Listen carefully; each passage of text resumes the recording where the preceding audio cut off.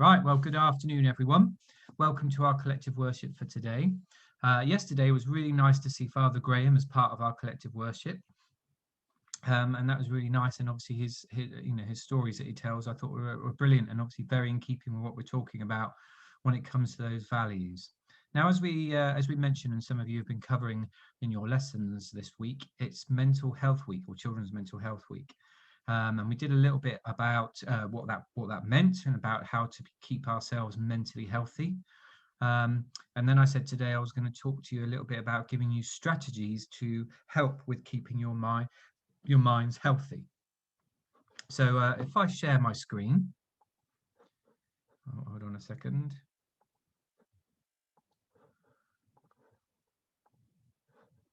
Let's quickly flip back. So I'll share my screen with you. So as we always do, we'll start with lighting of the 3 candles. And obviously we light these candles in the name of God the Father, God the Son, and God the Holy Spirit. So what we're going to be doing in our collective worship today is to be thinking about mindfulness. And to understand what it is to be mindful, and to know that can also help to keep our minds healthy. So hopefully what we'll be doing today is just touching a little bit about what mindfulness is, and what you can do about and how you can become mindful.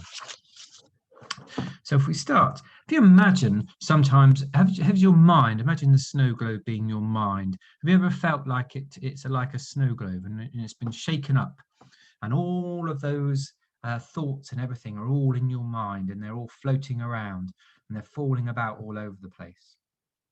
I sometimes imagine it being like my thoughts being like a train, and I'm at a train station with lots of trains everywhere, or in a busy road, and all the cars are coming towards you, and they're all thoughts. And as they come through it, you choose sometimes to pick on a thought as it goes past, and you pick on it and start to think about it. So think about your mind being like a little bit like that. And so sometimes when we get up in the morning, our minds suddenly get filled with lots of things. And for example, if we're in school on a normal day, it might be you wake up in the morning, you thought, oh, have I remembered to bring my PE kit? And then suddenly another thought comes, and then you're thinking, oh, I hope we haven't got pasta for dinner again tonight. And then another thought comes in, oh, I hope my baby sister doesn't keep me awake tonight. And then another thought comes in, oh, I hope Katie is at dancing class tomorrow. I'm lonely when she's not there. And then another thought comes in, I can't believe my brother took football to school with him without asking. It's mine. And these things fill your mind up. So if you imagine, we go back a bit, right back to that, the girl's mind is empty, full of just thinking about the moment that she's in. And then as soon as those thoughts start to come in, it starts to fill her mind up, just like those thoughts, those flakes of the snow globe, or like I said, these are the cars that are coming towards you on the road, filling your mind up with thoughts. Imagine how nice it would be to take all of those thoughts away from your mind so that you could be relaxed and enjoy life a little bit more. And obviously what we call that and how that can be done is when we use this idea of being mindful or mindfulness. And I always think mindfulness is a really, really strange word, because the idea of being mindful is that we empty our mind. However, the word mindful means that we're filling up our mind. But so it's quite an interesting word. But the idea is that we are being mindful and using mindfulness to help. So what does it help? How does it help? Well, have you ever heard an adult say to you, oh, well, we'll cross that bridge when we come to it? And thought, oh, what does that really mean? Well, the idea about that meaning is this idea that we should worry about them when they happen, because if we spend time worrying about it now, it might not happen, and it might be a totally different outcome. And the idea is we need to stop and not think about those things that are coming, because we don't know what they're going to look like.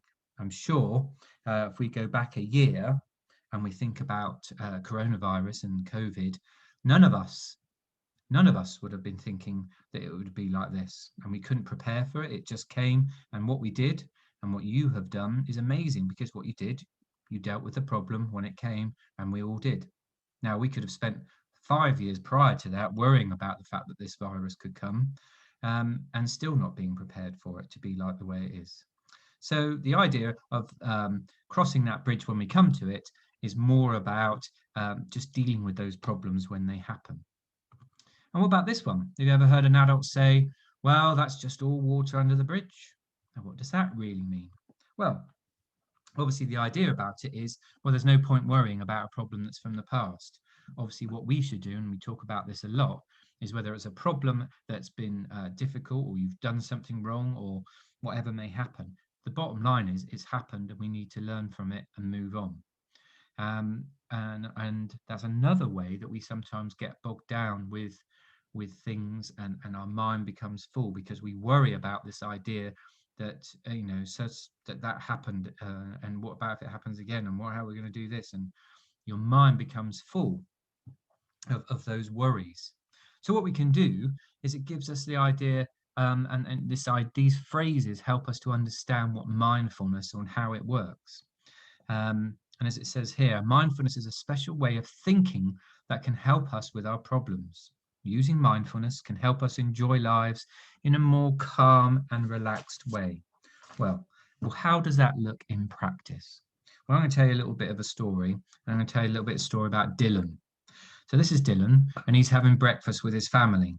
And as you can see, he's got a nice cup of orange juice there, and he's got a big stack of pancakes with maple syrup on it and butter, and it looks very nice, and he's sat with his dad having a lovely breakfast. The problem with, though, Dylan and his breakfast is he's not enjoying it at all.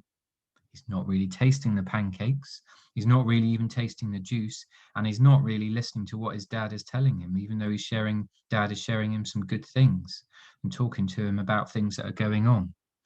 And why is that? Why is he not listening and tasting and enjoying the food around him? Why is that happening? Well, that's because his mind is full. And why is his mind full? Because he's starting to think. He's thinking about today at school, so he's thinking of the future. And he's thinking to himself, well, what if Jack's not in school today? He said yesterday that he felt ill, and I won't be able to play with him, and then I'll be all on my own. What will I do? The last time Jack was off, I was all by myself, and I didn't like it at all. So Jack is then filling his mind of things that have happened in the past and what it might be like in the future, with no idea that is the case. So what happens? So we can see that he's worrying about the future, and that it's a future that might not even happen. He's only speculating this idea that Jack might not be in. He doesn't know for sure. Jack's not phoned him in the morning and said, I'm not coming into school. He's beginning to worry about it. I don't know about you. Those sorts of worries sometimes come to me late at night when I'm in bed and I'm trying to sleep, and I worry about those things. And I've got to try and be mindful and use mindfulness to try and clear my mind from stop worrying about those things. So what's happened is he's overthinking. He's overthinking what's happened in the past. He's picking all the worst parts of his memory out. So he's not thinking about the great time he had when he played with Jack. He's thinking about the worst thing, and that's making him feel even worse. What he did forget was the last time that Jack was ill, Emma and Ty asked if he wanted to play, but he said no. So he did have someone to play with, and he chose not to because he wanted to play with Jack and Jack wasn't there. This was his choice. He forgot about the positive thing that actually he has got people that would want to play with him. He just chose to pick out the worst bits because he was feeling and panicking and worrying about what would happen. So what happened is he didn't enjoy the breakfast at all. Didn't enjoy the time with his family, thinking about what he was doing, the food he was eating, and he wasn't living in the present moment. He was living in the past and the future, but not the present. And that's what mindfulness is about. It's about bringing yourself to live and be in the present moment. And that's quite an important thing when it comes to being mindful. So what happened? So this is how it played out when Dylan got to school. Because when he got to school, Jack was there after all. Dylan wasn't worrying about something. Dylan was worrying about something in the future, and it didn't happen at all. So he didn't get to enjoy his pancakes like he should have done. He didn't even remember drinking the juice that he liked so much. And what his dad told him, he has no idea. So the idea was he was worrying about something that didn't even happen. So instead of worrying about things, what could Dylan have done instead? So what he could have done, he could have thought about using mindfulness. At the time, he could have stopped and he could have enjoyed and savoured the taste of the pancakes as they went into his mouth. He could have imagined chewing it and the soft, sweet taste of the maple syrup that was going down the back of his throat. He could have taken a moment to stop and appreciate what his dad was telling him and taking it on board and enjoying the conversation. Or the taste of the juice, of how cold and icy the glass was because it was coming it had come out of the fridge, or how warm the pancakes were. He could have taken a moment to appreciate those things, um, but he didn't. He filled his mind with things about that he couldn't control, the future. So mindfulness is when we're thinking about what we are doing right at the moment. So it's ignoring the past and the present. It's thinking about the past and the future. It's thinking about the present moment that you are in. So, for example, if we were to think about it, if you think about just for a moment, when we think about mindfulness, we can take a moment even at any point during the day to think about being mindful. And it could be that you can just close your eyes for a moment and feel your feet on the floor in front of the chair. You can feel the smooth desk in front of you, or you could hear the noise of the friends around you. You can take a moment to stop and appreciate those sorts of things. And then at that moment in time, you are being in the present. Sometimes I think about it when I am talking to children about and they're panicking and worrying or they're anxious about something. I get them to stop for a moment and think, and to take a moment to think about 5 things that they may be able to hear, or to look around them and five things that they could see, or 5 things that they could smell.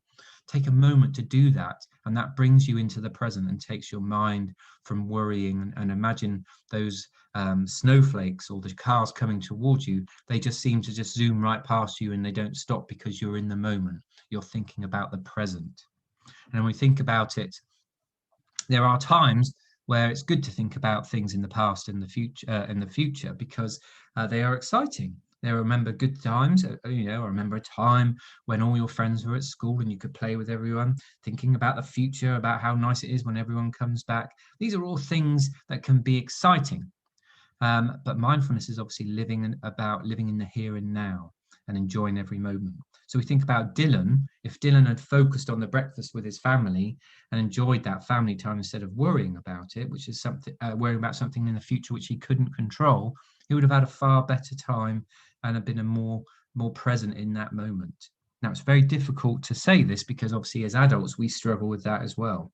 But it is important that there are strategies you can do to bring you back out when you're worrying about things and bring you into the present, and to help you control that moment, because we can't control the future.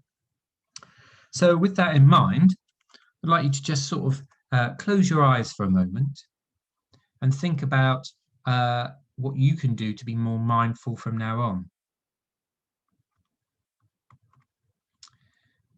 Plan for the future, think about the past, but try and concentrate and enjoying what you are doing at the moment.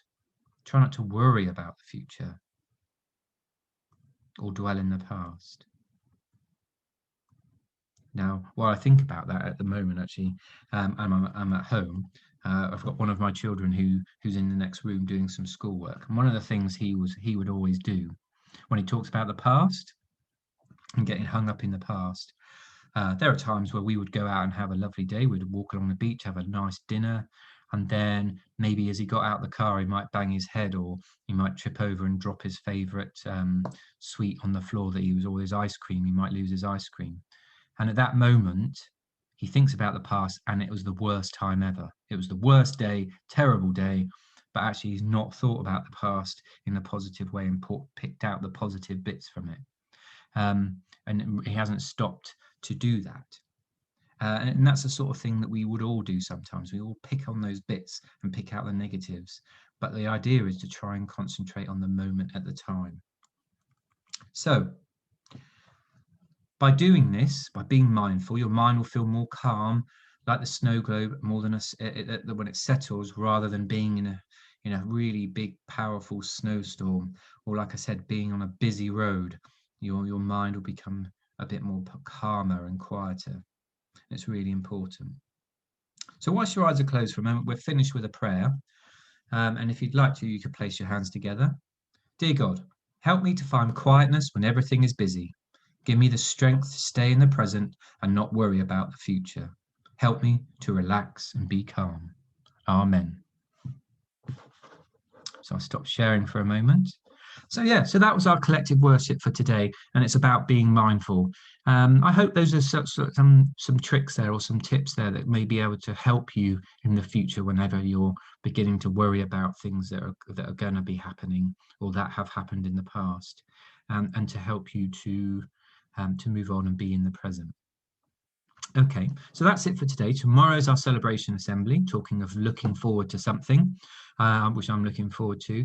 There's been some lovely work submitted from your teachers, so I've been really enjoying reading that. That's both at home and in school. So thank you for keeping on submitting that and showing us what you've been doing at home, because it's fantastic. And I love looking at our Facebook page as well to see all of the wonderful home learning things you are doing. So that's great. I'll be back in school tomorrow anyway, so I look forward to see you all in the morning for those that are in school. And I'll see you tomorrow for collective worship or our celebration assembly later in the afternoon. So thank you very much and goodbye, everyone. Take care, and I shall see you tomorrow. Bye.